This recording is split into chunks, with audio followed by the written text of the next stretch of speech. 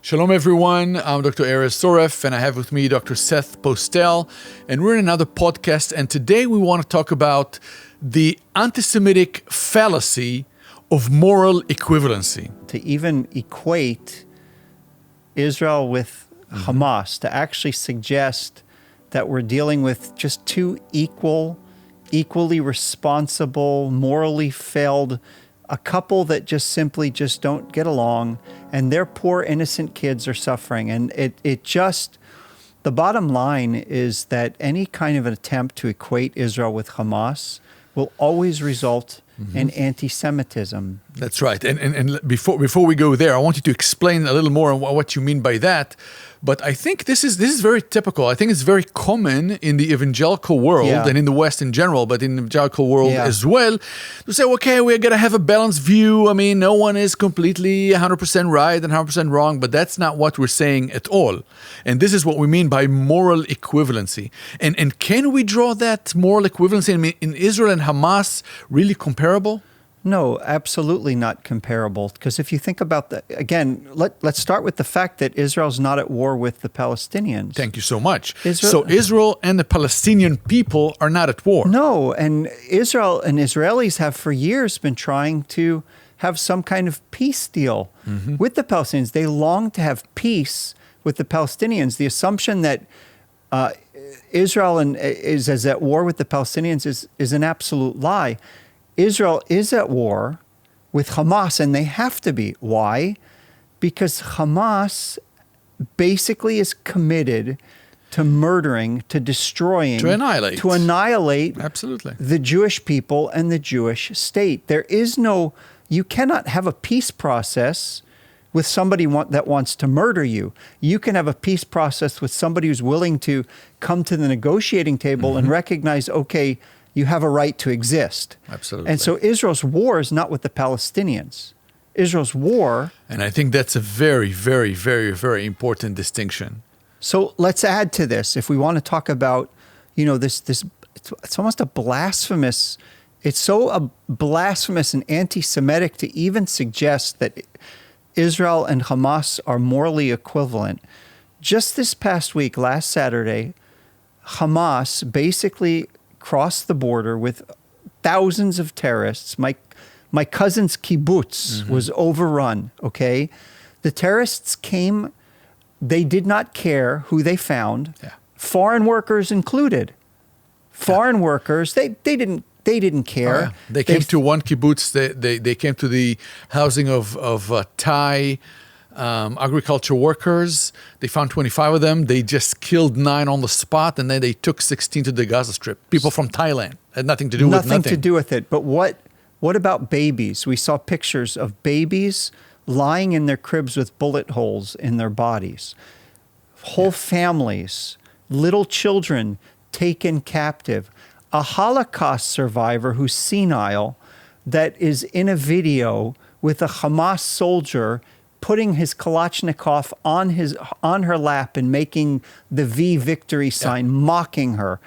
Women being dragged into Gaza, okay, screaming from a dance party, screaming, brought unclothed, raped, and executed. And the crazy thing about this is that Islam, right? The Islamic extremism, they cover their women from head to toe.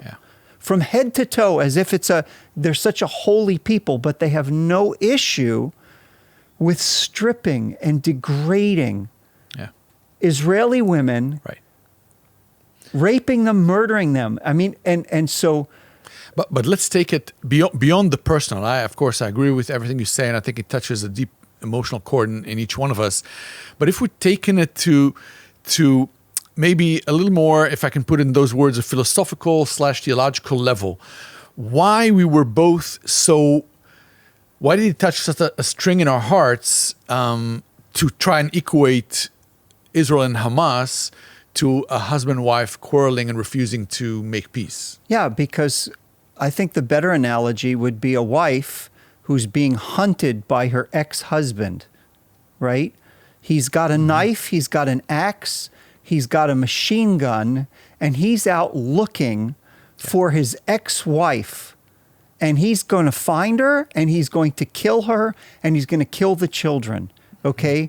There's no reconciliation here. And any pastor that is in that situation, if the pastor is armed, the pastor is going to get in between that wife and those children, and he's going without any pings of conscience, he's going to take out the threat. Okay? That is the better analogy. Sure. There's no analogy. To think about moral equivalency, that the letter, again, was to suggest that Israel and Hamas act the same. Okay? But here's the real big difference. Israel's not at war and does not want to annihilate the Palestinians. Right. Israel's at war with the Hamas.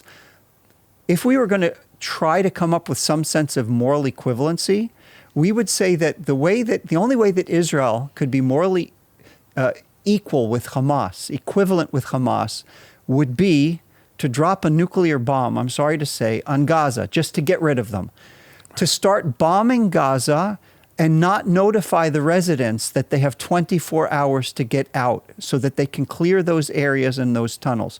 Moral equivalency would be for the Israeli soldiers to slip in the middle of the night, to kidnap little children, to behead babies, to take Palestinian women into Tel Aviv, to rape them publicly, and then to murder them. Israel would never, it's unthinkable that Israel would ever do such a thing. There is no moral equivalency whatsoever. And I think as in the first few days, we saw very much of an international shock and support towards Israel, and because of everything that has happened. But I think we're already seeing a complete change of that, where Israel is again seen as the aggressor in the situation. And, we had, just a couple of days ago, we had a prayer meeting with both Jewish and Arab pastors together. That was very special. Maybe you can tell us a little bit about that. Listen, the Arab pastors in this country are in tears. Yeah. They're crying, they're weeping for the Jewish people. They came and they donated all sorts of humanitarian aid, quickly gathered, came, distributed, want to help.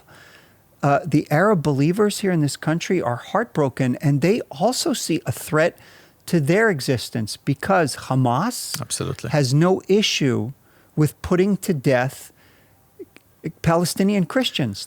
Arab Christians, they're just as much an enemy of the Palestinian Christians. You know, another thing you talked about and you mentioned it, it's so interesting that the shift of support has quickly transferred, okay? And so you have all these groups on these college and university campuses and all these protests that there's this pro-Palestinianism that basically fully endorses and believes in what Hamas is doing. But to be honest, that's not pro-Palestinianism. No. That is anti-Palestinianism. Why? And anti-Semitism. Let's put both on the table. Well, for sure it's anti-Semitism.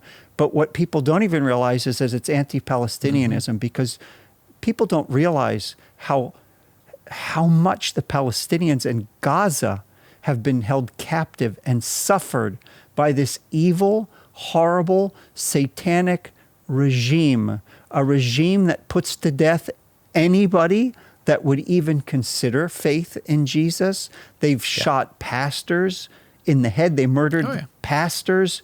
To love the Palestinians would be to long to see Hamas gone.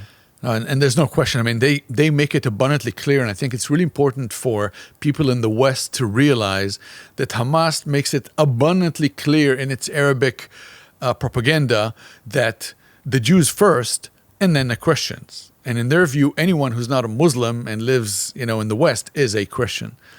And it's so important to understand that this notion of moral equivalency will always result in hatred for being so cruel to the Palestinians. And nothing could be farther from the truth. Israel does not want innocents to die. Hamas wants all Jews to die.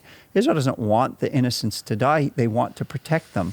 Mm-hmm. But they're in the middle of a war against an organization who will even use the Palestinians as human shields. Oh, no question. No question about it.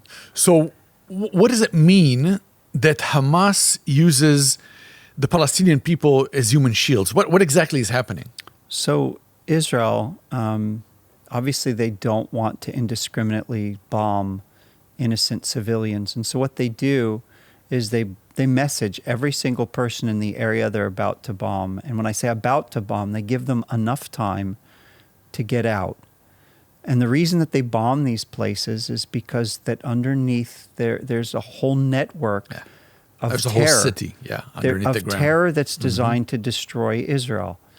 And so what ends up happening is that Hamas creates roadblocks so that the Gazans can't get out. And the reason that they put these blockades is because Hamas desires, it's to their interests, that as many dead children, dead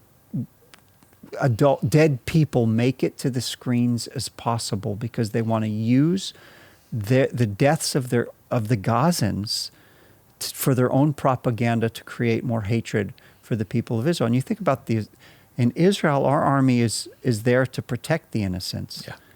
We're evacuating people from the danger zones. Our soldiers put themselves in between the danger and our civilians. Hamas puts their civilians between themselves and the danger. So it's important that we address this, because we really want Christians to understand the truth of what's happening here.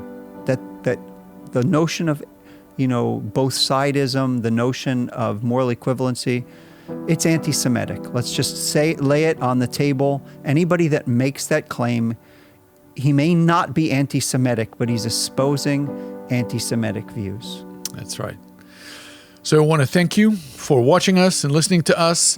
Thank you so much for your prayers. Please pray now for the many people that lost their lives, lost their dear ones. Their dear ones are kidnapped in the Gaza Strip. Pray for their quick release.